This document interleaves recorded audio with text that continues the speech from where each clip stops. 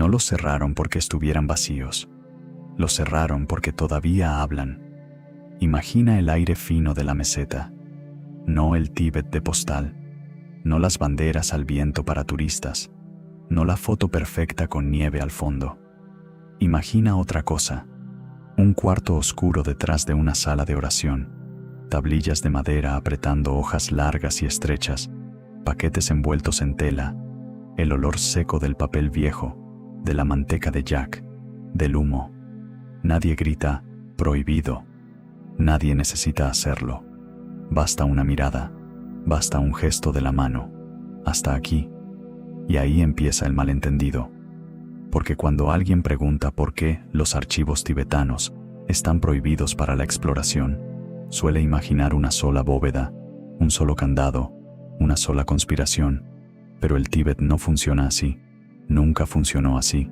Sus textos no son solo documentos, son reliquias, instrumentos rituales, depósitos de linaje, mapas mentales, medicina, astrología, historia dinástica, biografías de maestros, manuales de práctica y a veces cosas todavía más delicadas, instrucciones que no se leen como quien hojea una revista en una sala de espera. El primer error, entonces, es lingüístico. No estás buscando un archivo moderno.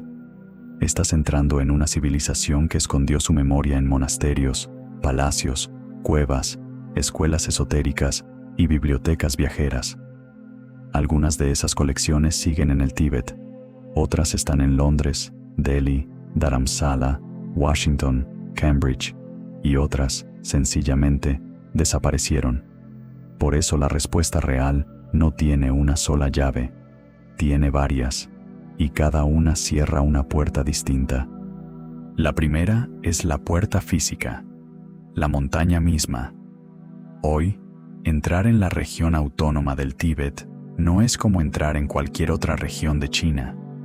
Incluso para turistas extranjeros, se requiere un permiso especial y en la práctica, viajar mediante un circuito organizado. Además, las autoridades pueden suspender permisos o restringir accesos sin previo aviso. Eso ya te dice algo. El territorio donde sobreviven algunos de los fondos documentales más sensibles no es un espacio de libre circulación académica. Antes de tocar un manuscrito, primero tienes que poder llegar. Y llegar, allí, nunca ha sido un acto inocente. Pero esa no es la parte más inquietante. La parte inquietante es que, incluso cuando llegas, no necesariamente entras. Y aunque entres, no necesariamente ves. Y aunque veas, no necesariamente entiendes. Porque la segunda puerta no es política, es sagrada. El budismo tibetano, sobre todo en su dimensión vajrayana, no trata todos los textos como si fueran públicos. Los tantras, por ejemplo, se han conservado tradicionalmente en un régimen de reserva, precisamente porque utilizan un lenguaje simbólico, comprimido y técnico, que leído de forma literal o sin preparación, conduce a malas interpretaciones. No es un secreto de novela, es una lógica doctrinal. Ciertas enseñanzas exigen iniciación, comentario oral y contexto ritual. La idea no es esconder por maldad, sino evitar daño, distorsión o banalización. En otras palabras, no todo lo que está escrito fue escrito para cualquiera. Y aquí es donde muchos observadores occidentales tropiezan. Ven un texto guardado bajo llave y piensan, censura. Ven un manuscrito al que solo acceden ciertos lamas y piensan, complot. Ven una sala cerrada dentro de un monasterio y piensan, allí esconden la prueba definitiva de algo. A veces sí hay censura. A veces sí hay miedo político. Pero otras veces, lo que hay es otra idea del conocimiento. Una idea dura, casi brutal, según la cual conocer no es consumir información, sino transformarse para poder sostenerla. Una biblioteca moderna te dice, entra, clasifica, compara, publica. Una biblioteca ritual te dice, espera, purifícate, aprende a leer lo que no está explicado. Y si no puedes hacerlo, el libro seguirá cerrado aunque lo tengas delante. Ahora bien, Aquí viene el giro incómodo. Esa explicación sagrada, por sí sola, no basta. Porque si todo se redujera a respeto religioso, la historia sería elegante. Pero la historia del Tíbet en los últimos 2 siglos no ha sido elegante. Ha sido violenta, fragmentada, saqueada. Piensa en esto. Uno de los grandes shocks para el estudio de Asia Interior fue el hallazgo de la llamada Cueva Biblioteca de Mogao, cerca de Dunhuang, un depósito sellado aproximadamente hacia el siglo XI, con más de 50.000 manuscritos, pinturas, impresos y objetos fechados entre los siglos IV y XI. Entre ellos, había numerosos materiales en tibetano, además de otras lenguas de la Ruta de la Seda. Ese descubrimiento cambió la historia del budismo, de Asia Central y de la circulación del conocimiento en Eurasia. Y sin embargo, también inauguró otra cosa: la dispersión. Parte de esos materiales fue adquirida por Aurel Stein y hoy está repartida entre instituciones como la British Library, el British Museum, el Victoria and Albert Museum y el Museo Nacional de India. Detente un segundo en esa imagen. La gran biblioteca prohibida tibetana no siempre quedó cerrada en el Tíbet.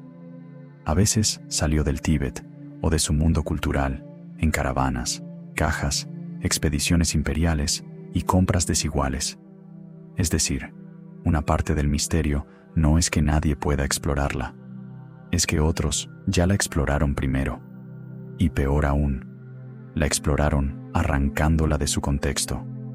Eso importa muchísimo, porque un manuscrito tibetano no siempre se entiende por el mero texto. Importa de qué monasterio salió, qué linaje lo transmitía, qué comentarios lo acompañaban, qué ritual lo activaba, quién podía recitarlo, en qué calendario se usaba, qué anotaciones marginales dejó un maestro 2 siglos después. Cuando extraes el objeto y pierdes la red, conservas la hoja, pero mutilas la inteligencia del archivo. Por eso, cuando hoy alguien dice, quiero explorar los archivos tibetanos, la pregunta suena más simple de lo que es. ¿Explorar qué? ¿Los fondos del Potala? ¿Las colecciones monásticas vivas? ¿Los manuscritos Bon preservados en el exilio? ¿Los textos de Dunhuang repartidos por medio mundo? ¿Las copias modernas digitalizadas? ¿Los textos que solo se activan dentro de una transmisión? El archivo tibetano no está solo prohibido, está roto. Y ese quiebre tiene fecha. Tras la incorporación forzada del Tíbet al sistema político de la República Popular China, y más tarde, durante la Revolución Cultural, una enorme cantidad de patrimonio monástico fue destruida o gravemente dañada. Británica resume el hecho sin adornos. Muchos tesoros culturales tibetanos fueron destruidos o quedaron seriamente dañados durante ese período. Paralelamente, proyectos de preservación posteriores intentaron salvar lo que quedaba, pero salvar no es devolver la continuidad. Salvar es, muchas veces, trabajar entre ruinas. Esa es la tercera puerta, la del trauma. Un archivo traumatizado no se abre igual que uno intacto, no se presta igual, no confía igual, no muestra sus catálogos con alegría. Hay una razón poderosa por la que tantas comunidades tibetanas aprendieron a ocultar textos, a moverlos, a dividirlos, a envolverlos, a sacar copias, a dispersarlos entre discípulos y familias. Cuando una civilización ve monasterios arrasados, bibliotecas vaciadas y reliquias convertidas en objetos de estudio por poderes externos, la apertura deja de ser virtud y empieza a parecer ingenuidad. En ese contexto, esconder no es oscurantismo, es un método de supervivencia. Y hay pruebas muy concretas de esa lógica de rescate.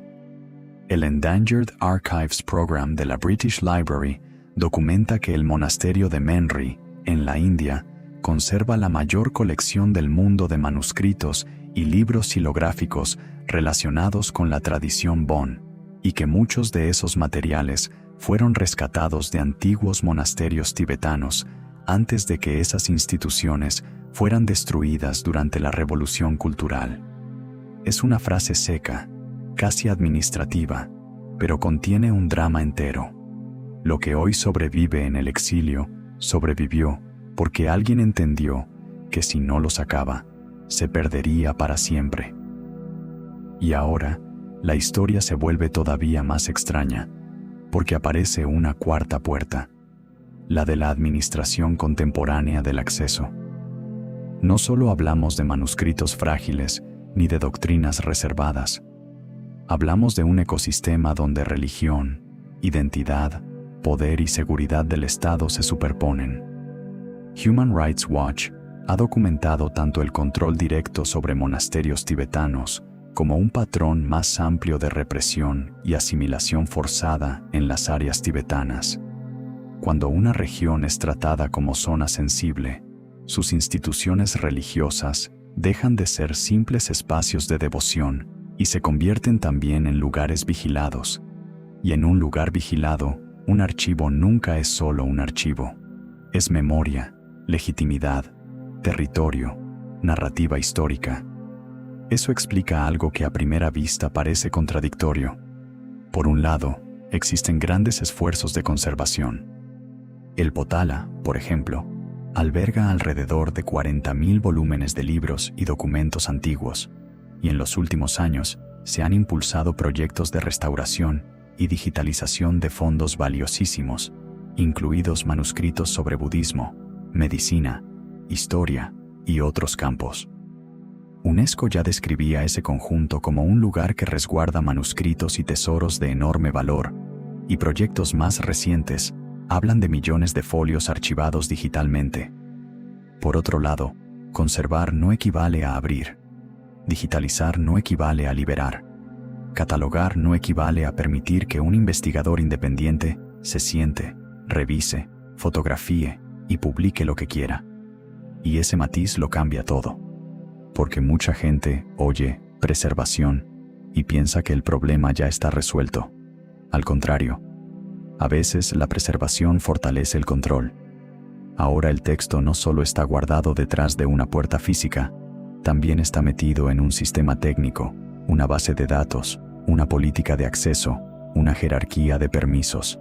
El manuscrito deja de pudrirse, sí, pero puede seguir siendo invisible. Fíjate en algo casi irónico.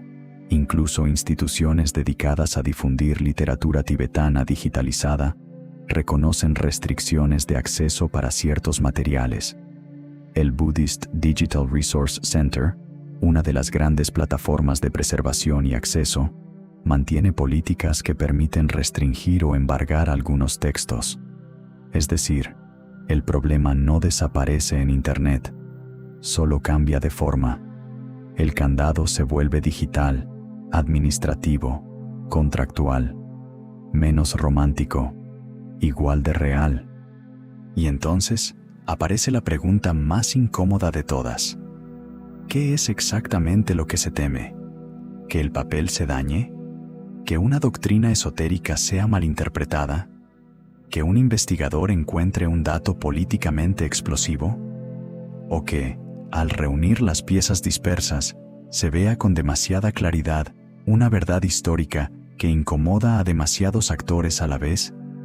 Porque ese es el punto donde el misterio deja de ser decorativo. Mira el mapa completo.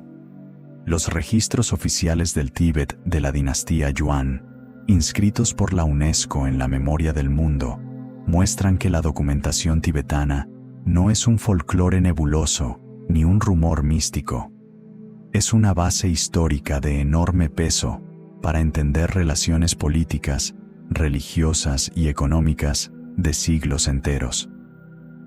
Los 4 tantras de la medicina tibetana, también reconocidos por la UNESCO, muestran que esos fondos no contienen solo plegarias, contienen sistemas de conocimiento complejos, con impacto en medicina, humanidades, historia y técnicas de transmisión. Cuando cierras ese tipo de acervos, no solo cierras espiritualidad, cierras historia de la ciencia, historia del poder y legitimidad cultural. Y aquí tienes la quinta puerta, quizá la más silenciosa, la del relato. Quien controla el archivo, controla la historia que puede contarse. Si un monasterio conserva crónicas, genealogías, correspondencias, decretos, comentarios y textos rituales, conserva algo más que tinta, conserva autoridad. Autoridad sobre el pasado, sobre los linajes, sobre la autenticidad de una tradición, sobre quién heredó qué, sobre qué se enseñaba realmente, sobre qué se perdió y quién lo perdió. Y cuando un poder estatal, colonial o institucional se cruza con ese archivo, no ve solo cultura, ve un competidor narrativo. Por eso el archivo tibetano incomoda, porque no pertenece del todo a un solo mundo. No es puramente religioso, no es puramente histórico, no es puramente literario, no es puramente político. Está justo en la zona donde todas esas categorías se pelean entre sí, y en esa zona nacen las leyendas, que si hay cámaras selladas en ciertos monasterios, que si existen catálogos nunca publicados, que si algunos textos no describen solo rituales, sino mapas, ciclos astronómicos, cronologías alternativas, técnicas corporales, fórmulas médicas perdidas, que si ciertos manuscritos salieron del Tíbet hace un siglo y duermen, mal clasificados, en archivos extranjeros. Algunas de esas historias son fantasías baratas, otras tienen una base inquietante, porque ya sabemos, con hechos duros, que hubo cuevas selladas, fondos dispersados, expediciones que extrajeron manuscritos, colecciones arrancadas de su contexto, destrucciones masivas y rescates desesperados. Una vez aceptas eso, la frontera entre lo demostrado y lo posible se vuelve mucho más inquietante. Pero todavía falta una pieza, la pieza más humana. La gente suele pensar que un archivo prohibido es un archivo custodiado por hombres armados. A veces sí, pero muchas veces es más simple y más triste. A veces está prohibido porque ya no quedan suficientes maestros capaces de contextualizarlo, porque la cadena oral se cortó, porque el comentario indispensable murió con una generación dispersada, porque el texto existe, pero su llave interpretativa se perdió, y un libro sin llave no está abierto, solo está expuesto. Eso también explica la obsesión tibetana por el maestro vivo. El manuscrito, por sí mismo, no basta. Nunca bastó. En ciertas corrientes, la palabra escrita es una huella. La transmisión es la sangre. Y si la sangre deja de circular, el archivo se convierte en un cementerio de signos. ¿Empiezas a verlo? La prohibición no viene de un solo lugar. Viene de la altura, del estado, del rito, del miedo, del saqueo, de la fragilidad material, de la fragilidad humana, de la historia y sobre todo, de la sospecha de que abrir sin comprender puede destruir tanto como cerrar. Así que tal vez la pregunta correcta no sea ¿por qué los archivos tibetanos están prohibidos para la exploración? Tal vez sea otra, mucho más peligrosa. ¿Quién tiene derecho a explorar qué? ¿El turista con cámara? ¿El académico con credenciales? ¿El monje iniciado? ¿El restaurador del Estado? ¿La comunidad exiliada que salvó los textos? ¿La institución occidental que los conserva desde hace un siglo? ¿O el propio archivo, que a veces parece decidir por su cuenta cuándo se deja leer y cuándo no? Porque aquí viene el detalle que casi nadie quiere admitir. El archivo tibetano no solo fue escondido, también fue defendido. A veces contra invasores, a veces contra coleccionistas, a veces contra burócratas, a veces contra curiosos demasiado seguros de sí mismos, y quizá, en algunos casos, contra lectores que confundían acceso con comprensión. La montaña no prohíbe por capricho, examina. El monasterio no calla siempre por crueldad, a veces recuerda. El Estado no restringe solo por seguridad, también por control del relato. Y el manuscrito, ese objeto silencioso, no es inocente. Ha sobrevivido porque alguien decidió que no debía estar en manos de cualquiera. La mayoría de la gente se queda con la versión fácil. ¿Hay secretos en el Tíbet?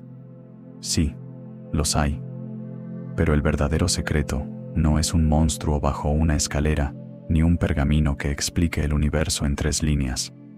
El verdadero secreto es más incómodo. Quizá lo prohibido no sea el contenido, sino la forma correcta de acercarse a él. Y cuando esa forma desaparece, el archivo entero se vuelve frontera. Eso es lo primero que hay que entender antes de bajar un solo escalón más. Porque en cuanto empieces a seguir las huellas concretas, las cuevas selladas, los catálogos rotos, los fondos dispersos, los textos rituales que no debían salir nunca y sin embargo salieron, vas a descubrir algo peor que una bóveda cerrada.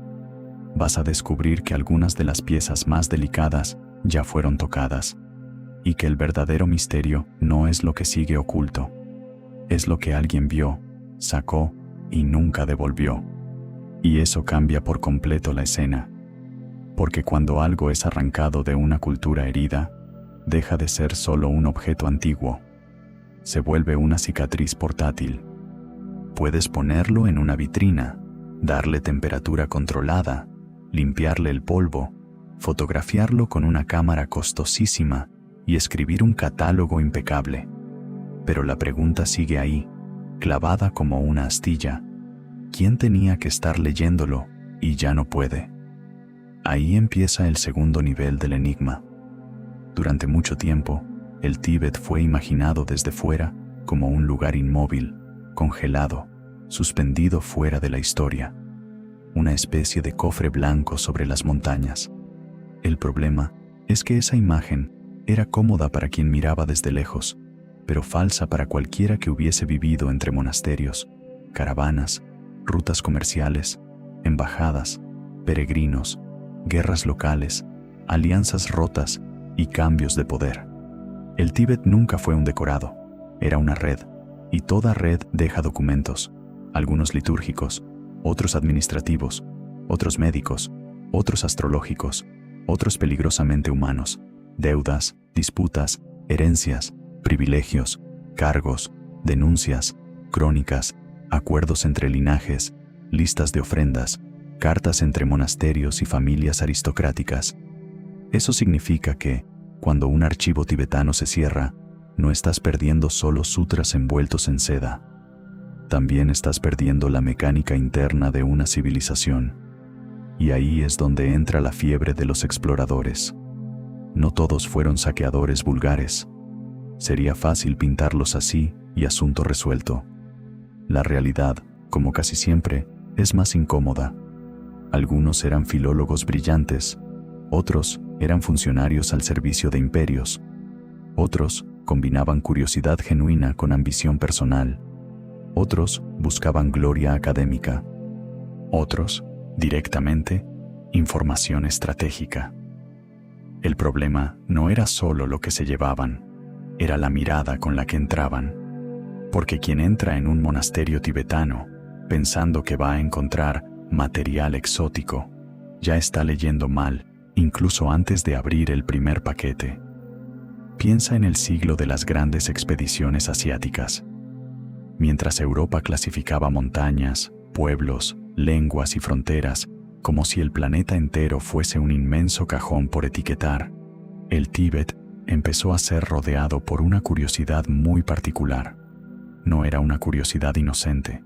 Quería mapas, rutas, altura de pasos, lealtades políticas, manuscritos raros, credenciales espirituales y, si era posible, algún secreto que justificara el mito del techo del mundo. De pronto, los textos tibetanos dejaron de ser solo herramientas de transmisión interna. Pasaron a ser botín intelectual. Y el botín intelectual tiene una costumbre horrible. Sonríe mientras toma notas. Algunos viajeros aprendieron lengua tibetana. Otros compraron manuscritos. Otros copiaron catálogos enteros. Otros se ganaron la confianza de ciertos círculos monásticos. Algunos produjeron trabajos valiosos, sí, y gracias a ellos, Hoy conocemos materiales que quizás se habrían perdido, pero no confundamos utilidad posterior con pureza original. Muchas veces, el conocimiento salió mezclado con espionaje, desigualdad y una profunda incapacidad para comprender el tejido sagrado de aquello que se observaba. Por eso, en varios monasterios, la discreción se volvió una forma de defensa cultural, no una manía, una defensa. Y aquí la historia gira otra vez, porque en el Tíbet existe una idea que a ojos modernos parece casi imposible de manejar sin caer en el ridículo, pero que dentro de su lógica es central: la idea del tesoro oculto. No hablo solo de cofres detrás de una pared. Hablo de los llamados terma, enseñanzas, objetos rituales o ciclos de práctica que, según la tradición, fueron ocultados en tiempos remotos para ser descubiertos después, en el momento correcto, por la persona correcta. A veces en una roca, a veces en una estatua, a veces en un lago, a veces en un hueco del templo, y a veces, aquí viene lo más desconcertante, no en un lugar físico, sino en la propia mente de un revelador futuro. Sí, suena extraño. Y sin embargo, para entender por qué ciertos archivos tibetanos no pueden tratarse como un fondo moderno de biblioteca, hay que pasar por ahí. Porque el terma rompe una idea occidental muy básica, que esconder es simplemente esconder. En la lógica de los tesoros ocultos, un texto no siempre está perdido. Puede estar reservado para otra época. No está ausente, está en espera. Y eso lo cambia todo. Porque si tú llegas con la mentalidad del explorador clásico, piensas así: lo oculto existe para que yo lo descubra. Pero desde dentro de ciertas corrientes tibetanas, la pregunta sería la contraria. ¿Qué te hace pensar que eres tú quien debe encontrarlo? No es una diferencia pequeña, es un abismo. Muchos de esos tesoros se atribuyen a Padmasambhava, la figura que en la memoria tibetana aparece una y otra vez asociada al sometimiento de fuerzas hostiles, a la fundación de espacios sagrados y a la siembra de enseñanzas para tiempos de decadencia. Si tomas la tradición en serio, aunque sea como fenómeno histórico y no como acto de fe, entiendes por qué los archivos tibetanos nunca fueron solo estanterías. También fueron trampas temporales, cápsulas de transmisión, semillas enterradas para brotar cuando el mundo se torciera. ¿Y qué pasa cuando llega un investigador externo y abre a la fuerza una cápsula que no entiende? Pasa algo muy simple. Cree haber hallado un texto, cuando en realidad apenas ha tocado la carcasa. Ese error se repite una y otra vez. Un manuscrito tibetano puede parecer una colección de fórmulas, diagramas, listas de deidades, nombres de montañas, sílabas extrañas, calendarios, anatomías imposibles o criaturas medio humanas, medio simbólicas. Un lector impaciente ve superstición. Un lector técnico ve categorías rituales, médicas, cosmológicas y políticas superpuestas, a veces en la misma línea. Tomemos un ejemplo que a muchos les produce una sonrisa nerviosa: las entidades del paisaje. En numerosos textos tibetanos aparecen Klu, Sa, Bedak, Tsen, Nyen y otras presencias ligadas a aguas, montañas, peñascos, bosques, valles y territorios concretos. El lector moderno simplón dirá: espíritus locales, folclore, siguiente página. Pero esa reducción es demasiado cómoda. Porque detrás de esas figuras hay normas de relación con el entorno, tabúes sobre excavación, extracción, construcción, contaminación de manantiales, tala y perturbación de sitios específicos. Traducido al lenguaje contemporáneo, en muchas ocasiones, el archivo preserva una ecología moral codificada en forma religiosa.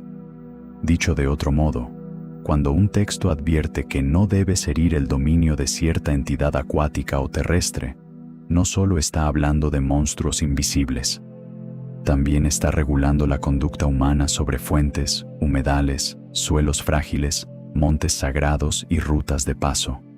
¿Te suena moderno? Debería, porque ahí asoma una verdad incómoda. Algunos de esos textos misteriosos quizá eran, entre otras cosas, sistemas sofisticados para proteger paisajes vulnerables mucho antes de que existiera la palabra ecología en el sentido actual. Y por eso, la exploración torpe resulta tan destructiva, porque entra riéndose donde otros habían dejado advertencias. Ahora bien, no todo lo oculto se guardó para el futuro. Parte se ocultó por puro pánico. En épocas de guerra, rivalidad sectaria, saqueo o persecución, esconder manuscritos dentro de muros, techos, cajas selladas o estancias secundarias fue una estrategia de supervivencia. Y algunas de esas historias salen a la superficie de forma casi fantasmal. De pronto aparece el rumor de un depósito emparedado en un gran monasterio. De pronto se habla de miles de rollos conservados durante siglos en la oscuridad seca de una sala cerrada. De pronto, alguien descubre que detrás de una pared había un archivo entero respirando en silencio, mientras el mundo cambiaba afuera. Eso no es fantasía barata. Es exactamente el tipo de cosas que ocurren en civilizaciones manuscritas cuando la continuidad peligra. Y cuando esos hallazgos emergen, casi siempre pasa lo mismo. La prensa simplifica, los buscadores de misterios exageran, los académicos discuten dataciones, catálogos y procedencias. Los creyentes piden reverencia, el Estado observa, los coleccionistas huelen oportunidad, y el archivo, otra vez, queda atrapado entre demasiadas manos. Aquí conviene detenerse en una idea que rara vez se dice en voz alta. No todo texto antiguo quiere ser famoso. Suena absurdo, pero piénsalo. La lógica contemporánea glorifica la visibilidad. Encontrar, publicar, exhibir, traducir, viralizar. Pero muchos materiales tibetanos fueron producidos para circular dentro de una cadena limitada de practicantes o dentro de un territorio preciso. Sacarlos de ahí puede equivaler, en términos culturales, a arrancar una válvula del cuerpo y ponerla en una mesa para admirar su forma. Sí, ahora todos la ven, pero ya no cumple su función. Y precisamente por eso, algunos monasterios han preferido restringir. No porque ignoren el valor de sus fondos, sino porque lo conocen demasiado bien. Ahora sumemos otra capa de confusión, una que hizo muchísimo daño durante el siglo pasado: la obsesión extranjera con los mapas secretos del Tíbet. En cuanto Occidente oyó hablar de reinos ocultos, valles escondidos y geografías iniciáticas, empezó a proyectar sobre el Himalaya toda clase de fantasías. Shambhala se convirtió, para demasiada gente, en una dirección física, un punto del mapa, una especie de Atlántida con nieve. Pero en la tradición relacionada con el Kalachakra, el asunto es mucho más complejo. Shambhala funciona como reino mítico, horizonte espiritual, modelo de soberanía sacral, y en ciertos niveles, también como referencia geográfica, reelaborada por siglos de comentario. No es un destino para mochileros con delirio místico. Es un artefacto doctrinal de enorme densidad. Sin embargo, la imaginación occidental hizo lo que mejor sabe hacer cuando algo la sobreexcita: simplificar y apropiarse. Así nacieron expediciones absurdas, teorías raciales delirantes, búsquedas semiesotéricas y lecturas completamente fuera de contexto. Hubo momentos en que algunos círculos europeos miraron hacia el Tíbet no para comprenderlo, sino para usarlo como espejo de sus propias obsesiones. Raza, origen primordial, poder oculto, sabiduría perdida, energía terrestre, civilización superior. Todo eso se proyectó sobre las montañas, como si el Tíbet fuese una pantalla donde cada uno podía ver la película que más le convenía. ¿Y cómo respondes a eso desde dentro? Cerrando más, callando más, mostrando menos. Porque cuando el visitante no viene a aprender, sino a confirmar su mito personal, el archivo deja de ser un lugar de conocimiento y se convierte en cantera para fantasías ajenas. Y hay algo todavía peor que el robo material: la mala traducción. Un manuscrito puede sobrevivir al fuego y morir en una edición elegante. Puede sonar exagerado, pero no lo es. En tibetano clásico, una palabra no siempre se deja trasladar de manera limpia a otra lengua. Un término puede llevar siglos de comentario filosófico, implicaciones rituales, resonancias médicas o asociaciones cosmológicas imposibles de comprimir en una equivalencia rápida. Si el traductor no domina el contexto, lo que entrega al lector no es una puerta abierta, es una habitación deformada. Pensemos en los textos médicos. La medicina tibetana no es una suma ingenua de hierbas y oraciones, como a veces se caricaturiza. Es un sistema complejo donde anatomía, dieta, observación clínica, pulso, ambiente, emociones, estaciones, constitución corporal y correlaciones cosmológicas se cruzan. Cuando un archivo médico tibetano queda fuera de su marco, algunos ven curiosidades orientales. Pero dentro de su propia arquitectura intelectual, esos textos son mapas detallados de equilibrio y desorden. Lo mismo ocurre con la astrología. Lo mismo ocurre con calendarios rituales. Lo mismo ocurre con manuales de construcción simbólica del espacio. Y entonces, entiendes algo crucial. Una exploración superficial no solo fracasa, produce basura interpretativa. Eso explica por qué ciertos custodios tibetanos prefieren parecer herméticos antes que ver sus materiales convertidos en espectáculo. Es una decisión dura, sí. También es comprensible. Ahora imagina una sala. Paredes gruesas, escasa luz, estantes de madera, paquetes envueltos. Cada uno contiene no solo texto, sino jerarquías invisibles. ¿Quién lo toca? ¿Cuándo? ¿Después de qué iniciación? ¿Con qué comentario? ¿En qué temporada? ¿Para qué propósito? ¿De verdad crees que basta un permiso institucional para entrar ahí y entender lo que ves? Ese es el engaño más persistente de la palabra explorar. Suena noble. Aventura, ciencia, valentía. Pero explorar también puede significar invadir sin gramática. Y aún no hemos hablado de la geografía prohibida. Porque algunos de los archivos más fascinantes del mundo tibetano no remiten a edificios, sino a territorios escondidos. Los llamados Beyul, los valles ocultos. Refugios bendecidos, según la tradición, para tiempos de colapso. Lugares que no se encuentran solo con brújula. Lugares que exigen condiciones kármicas, preparación espiritual, o si prefieres una lectura menos religiosa, pertenencia a una cartografía cultural que no aparece en los mapas estatales. Aquí el archivo ya no es un manojo de hojas, es el paisaje mismo. Los textos describen rutas, señales, montañas que funcionan como cerraduras, gargantas que se abren solo a quien sabe leerlas, lagos que no son solo lagos, pasos que separan un mundo visible de otro protegido. Algunos se reirán, hasta que recuerden que en el Himalaya hay regiones enteras que durante siglos escaparon a la mirada exterior no por magia, sino por una combinación de altitud, clima, política, guerra, tabú y conocimiento local. Y si algunos manuscritos restringidos no guardan solo doctrina, sino instrucciones territoriales.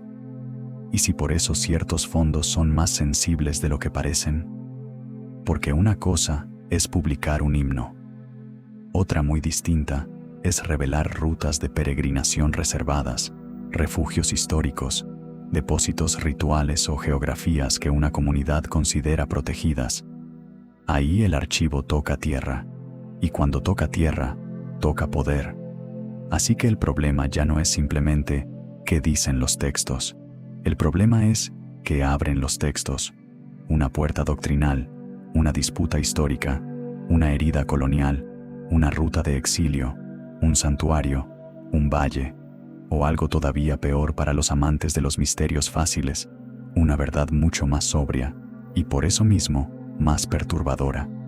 que detrás del mito de los archivos prohibidos no hay un único secreto brillante, sino centenares de secretos pequeños, prácticos, dolorosos, concretos, secretos sobre supervivencia, sobre cómo esconder, sobre cómo copiar rápido antes de una redada, sobre cómo dividir una colección para que, si cae una parte, otra respire, sobre cómo trasladar un texto a lomo de animal por un paso de montaña mientras el mundo se derrumba detrás, sobre cómo envolver un manuscrito para que parezca menos valioso de lo que es, sobre cómo decirle a un extraño, aquí no hay nada, cuando en realidad, justo al otro lado del muro, descansa la memoria de siglos.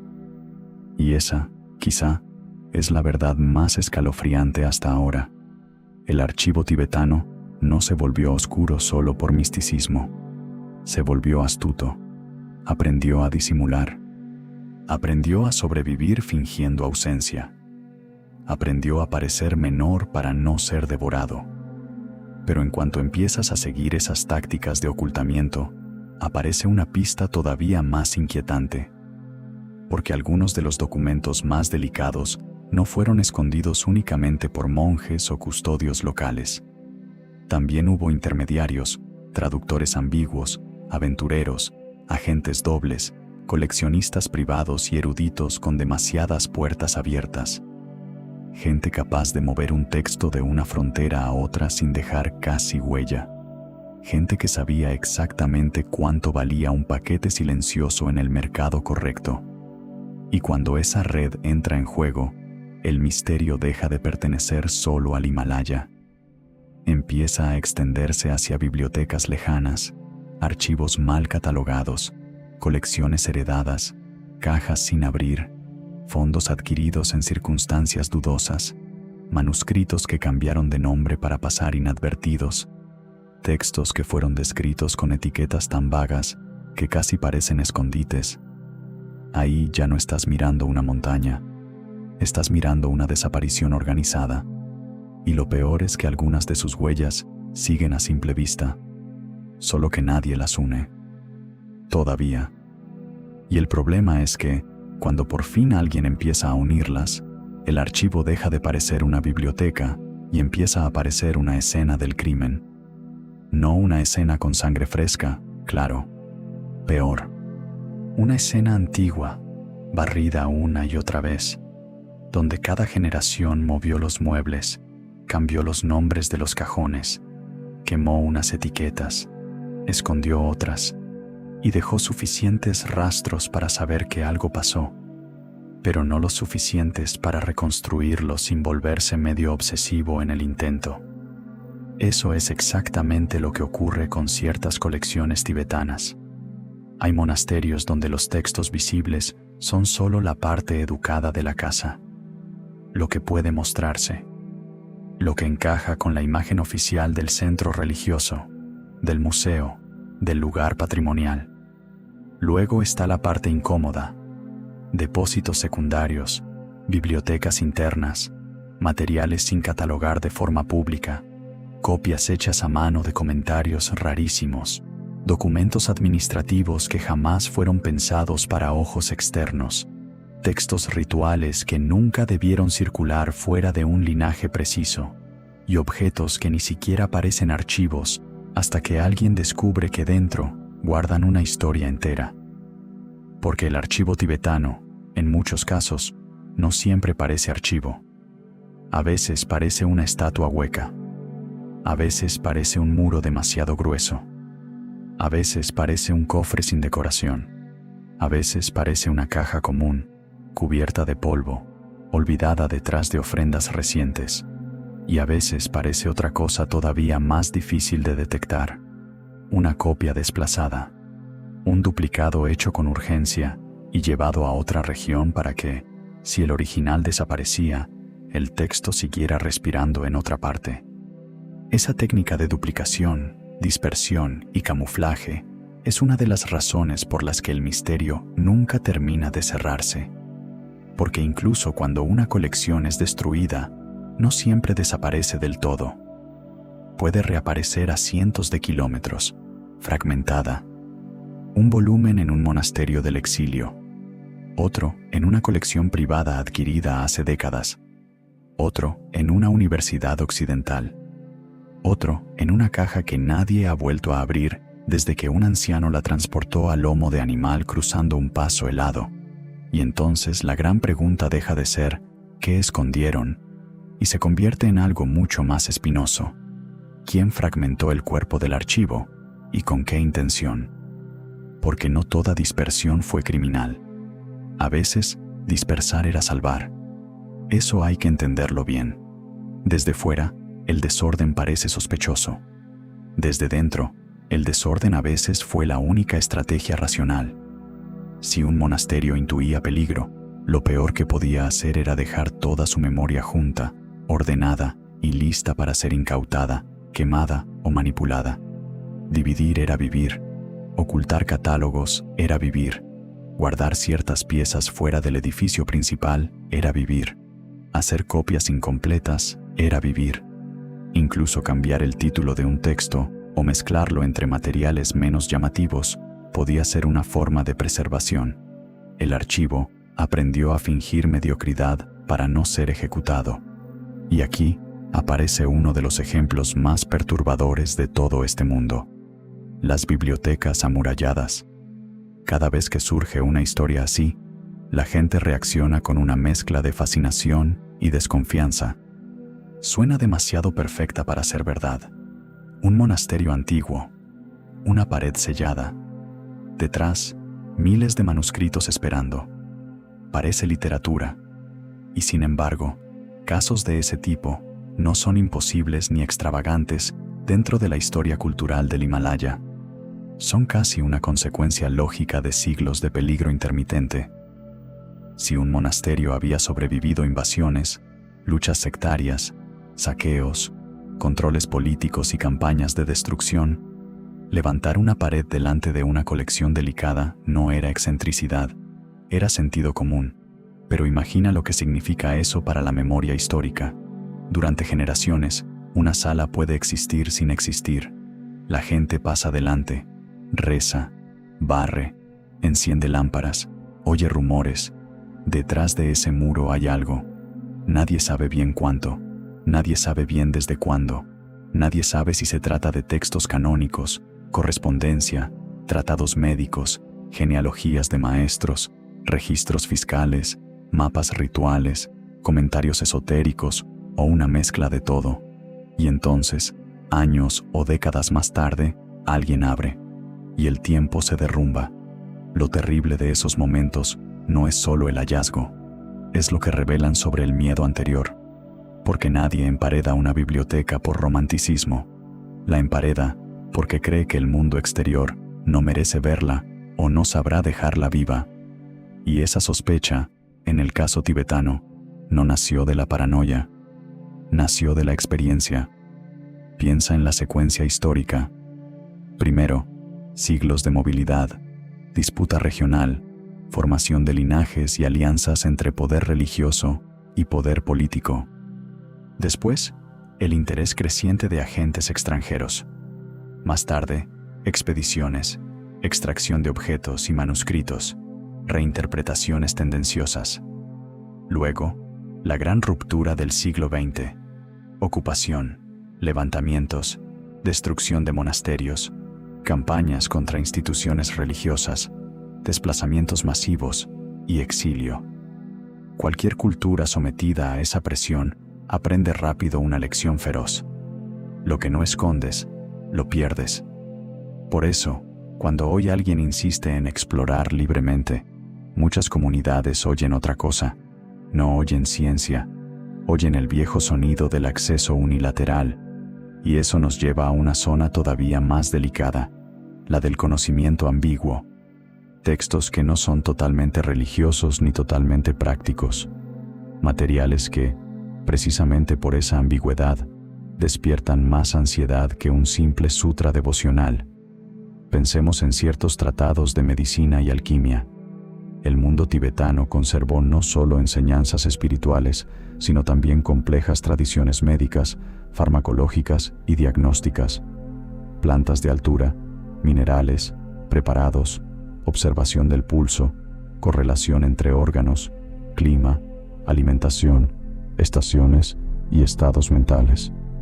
Ahora imagina que parte de ese saber queda encapsulada en manuscritos de acceso restringido, transmitidos de maestro a discípulo, con anotaciones marginales hechas por generaciones enteras. Eso no es solo historia de la medicina, es memoria práctica, es tecnología cultural, si quieres decirlo sin misticismo. Y cuando algo así entra en el radar de poderes externos, empieza a adquirir otra clase de valor. Ya no es solo sagrado. Es útil, comercializable, explotable. Convertirlo en objeto de investigación puede ser, sí, una forma de preservación, pero también puede ser el primer paso para separarlo de las comunidades que lo mantuvieron con vida. Lo mismo ocurre con los textos astrológicos y calendáricos. Muchos oyen astrología y sonríen con superioridad, como si el manuscrito hubiese quedado automáticamente degradado al folclore. Error de principiante. En el mundo tibetano, los sistemas calendáricos organizaban rituales, agricultura, medicina, decisiones comunitarias, tiempos de viaje, cálculos de auspiciosidad, funerales, fundaciones de edificios, sanaciones y observación celeste. Un almanaque ritual no era entretenimiento, era una herramienta de coordinación entre cielo, cuerpo, monasterio y territorio. Y si coordinas territorio, coordinas poder. De pronto, el texto que parecía pintoresco deja de serlo, porque revela cómo una sociedad distribuía tiempo, autoridad y relación con el entorno. Eso ya no es exotismo, eso es arquitectura civilizatoria. Ahora bien, lo verdaderamente desconcertante no es que esos textos existan, es que muchos de ellos se entienden mal incluso cuando están delante de ti. Ahí está el corazón del problema. El archivo tibetano no es un cofre lleno de cosas raras, es una máquina de significados superpuestos. Un mismo folio puede operar a la vez como instrucción ritual, metáfora filosófica, protocolo social, clave mnemotécnica, mapa del cuerpo y advertencia territorial. El lector ajeno que quiere una sola capa se desespera. El lector codicioso la aplana. El lector serio acepta que está entrando en una estructura donde casi nada significa una sola cosa. Esa densidad es parte de lo que volvió tan frágiles ciertas colecciones cuando salieron de contexto. En una biblioteca occidental, un texto tibetano puede recibir una clasificación impecable y aún así seguir estando medio invisible. El papel fue salvado. La arquitectura de lectura no. Y aquí aparece otra sombra, la de los textos mal identificados. Porque sí, existen manuscritos que durante años, a veces durante décadas, fueron catalogados de forma vaga o directamente errónea, no por una conspiración universal, sino por una mezcla devastadora de prisa, falta de especialistas, transliteraciones defectuosas, desconocimiento del contexto ritual y cambios históricos en la forma de nombrar las obras. Un comentario puede pasar por manual religioso, un registro administrativo por documento menor, un ciclo de instrucciones esotéricas por texto litúrgico no identificado, un mapa ritual por diagrama decorativo. Y así, a plena vista, un archivo puede seguir oculto sin necesidad de candados. Esa es la forma más sofisticada del encubrimiento. No esconder, sino volver irrelevante. Hay manuscritos que no fueron perdidos, fueron trivializados, y pocas cosas mutilan tanto como eso. Porque cuando un fondo es reducido a una descripción aburrida, desaparece del radar de quienes podrían comprenderlo. Se vuelve un estante dormido, una ficha anodina, un paquete esperando la llegada improbable de alguien que sí sepa qué está viendo. A veces, ese alguien aparece, a veces no. A veces muere antes de abrir la caja correcta. Ahora imagina cuántas colecciones tibetanas repartidas por el mundo dependen precisamente de ese azar. Un investigador envejece en silencio persiguiendo una nota al pie. Una monja del exilio reconoce en una fotografía borrosa el formato de un texto de su tradición. Un bibliotecario descubre que una caja etiquetada como material budista diverso contiene copias antiguas de un linaje dado por perdido. Un anciano escucha el título recitado en otra lengua y se le hiela la espalda porque sabe que ese texto no debería estar allí. La historia del archivo tibetano está llena de esos estremecimientos. Y entonces, el misterio se vuelve internacional. Ya no importa solo lo que pasa en Lhasa, en Shigatse o en un monasterio aislado del Himalaya. Importa también lo que duerme en depósitos climatizados en ciudades muy lejanas. Importan los fondos heredados por familias de exploradores. Importan los lotes adquiridos en el mercado durante épocas en que nadie preguntaba demasiado por la procedencia. Importan los papeles que acompañaron mal una compra, los catálogos que omitieron nombres sensibles, las traducciones hechas desde el chino cuando el original estaba en tibetano, las versiones resumidas que borraron el corazón del texto. Y todo eso tiene una consecuencia brutal. El archivo tibetano no está solo prohibido, está desmembrado en escalas distintas de legibilidad. Una parte no puede tocarse, otra no puede visitarse, otra no puede interpretarse, otra sí puede verse, pero bajo la etiqueta incorrecta. Otra sobrevive solo en referencias cruzadas. Otra fue copiada sin el comentario indispensable. Otra depende de una tradición oral que casi se extinguió. Y otra, la más inquietante de todas, quizá ya está circulando en manos privadas sin que nadie sepa realmente qué contiene. Ahí es cuando los relatos sobre criaturas misteriosas, guardianes invisibles y maldiciones del archivo dejan de parecer folclore puro y empiezan a cumplir una función psicológica muy precisa. Porque una comunidad que no puede proteger siempre sus textos con policías o leyes, a veces los protege con historias. Historias que desaniman. Historias que hacen retroceder al curioso frívolo. Historias que convierten la intrusión en mal augurio. Desde fuera, eso parece superstición. Desde dentro, puede ser estrategia cultural. Si dices que detrás de cierta cueva hay fuerzas peligrosas, quizá el ladrón se lo piense 2 veces. Si afirmas que cierto depósito no debe abrirse sin preparación, quizá evitas que un imbécil meta la mano donde no entiende nada. Si rodeas un manuscrito de temor reverencial, quizás consigues algo que ni el cerrojo ni la burocracia logran, que la gente sienta que no todo le pertenece. Esa táctica no es exclusiva del Tíbet, claro. Aparece en muchas culturas donde lo sagrado y lo vulnerable comparten espacio.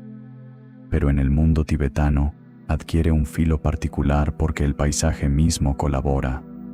Altura extrema, clima impredecible, valles cerrados, lagos oscuros, glaciares, mesetas inmensas, cavernas, pasos de montaña donde el cuerpo entero aprende humildad en cuestión de horas. El entorno ayuda al archivo a defenderse. La geografía ya parece advertencia, incluso antes de que alguien pronuncie una palabra. Y eso alimentó durante siglos la imagen del Tíbet como lugar donde la tierra guarda cosas que no quieren ser encontradas. Una exageración, sí, pero no completamente falsa, porque, en cierto sentido, la tierra sí las guardó. Las guardó en cuevas secas, las guardó dentro de muros, las guardó en valles de acceso difícil, las guardó en monasterios cuyas reglas de acceso eran más fuertes que cualquier cartel. Las guardó en cuerpos humanos que memorizaban lo que no convenía dejar escrito de forma demasiado visible. Esa última forma de archivo es fundamental y casi siempre se pasa por alto. En el Tíbet, durante siglos, gran parte del conocimiento no dependió solo del papel, dependió de la memoria entrenada, del maestro que recita, del discípulo que repite, del comentario oral que convierte un texto compacto en un universo habitable. Eso significa que una colección puede parecer intacta y, sin embargo, estar medio muerta si ya no quedan suficientes personas capaces de activarla. Esa es una tragedia silenciosa. El manuscrito sobrevive. La lectura auténtica, no siempre. Y en ese punto aparece uno de los mayores malentendidos de todos. Creer que digitalizar basta. No basta. Puedes escanear miles de folios, indexarlos, almacenarlos, multiplicarlos en servidores, y aún así, perder el archivo en el sentido profundo. Porque lo que se preserva no es únicamente la tinta. Se preserva una relación viva con la tinta. Si esa relación se rompe, lo digital puede convertirse en mausoleo de altísima resolución. Ahora bien, aquí viene el giro que vuelve todo aún más oscuro. ¿Qué ocurre cuando ciertas instituciones comienzan a reconstruir, pieza a pieza, mapas parciales de esas colecciones dispersas? Ocurre que empiezan a aparecer coincidencias demasiado precisas, títulos que se repiten donde no deberían, comentarios que encajan con fragmentos conservados en otro país, series textuales incompletas que, de pronto, revelan que una parte faltante quizá está mal clasificada en otra biblioteca. Marcas de posesión, sellos, estilos de caligrafía, tipos de papel, tintas, fórmulas de apertura y colofones que permiten rastrear caminos invisibles. De pronto, lo que parecía una masa caótica empieza a dibujar rutas. Y esas rutas son peligrosas, porque no solo indican dónde fueron a parar los textos, también indican cómo salieron, quién los movió, quién los vendió, quién los dejó salir, quién se benefició del desorden, y en ciertos casos, quién pudo haber participado en la limpieza silenciosa de una memoria incómoda. Ahí ya no hablamos solo de religión ni de cultura. Hablamos de evidencia histórica con consecuencias políticas, patrimoniales y morales. Si llegas a demostrar que determinadas piezas sensibles fueron desplazadas de modo irregular, que ciertos lotes aparecieron en circuitos opacos, o que una colección fue fragmentada deliberadamente para borrar su procedencia, el asunto deja de ser un misterio bonito para documentales. Se convierte en una bomba. Y como toda bomba, genera una reacción inmediata en quienes prefieren que nadie revise demasiado. Catálogos cerrados, permisos lentos, respuestas ambiguas, fotografías parciales, silencios educados, puertas que hoy no se pueden abrir, personal que te dice que el responsable no está, versiones contradictorias sobre dónde se conserva tal o cual fondo. Nada espectacular, nada cinematográfico, solo la forma más eficiente de bloqueo, la fatiga, hacer que el investigador serio se canse antes de llegar. Y muchos se cansan, no porque falte inteligencia, sino porque la trama es agotadora. Requiere lenguas, paleografía, historia religiosa, política regional, conocimiento del exilio, comprensión de linajes, paciencia diplomática y una tolerancia casi inhumana al vacío documental.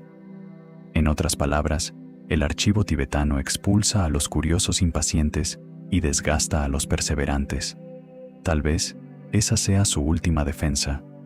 Pero incluso esas defensas, por fuertes que parezcan, tienen grietas.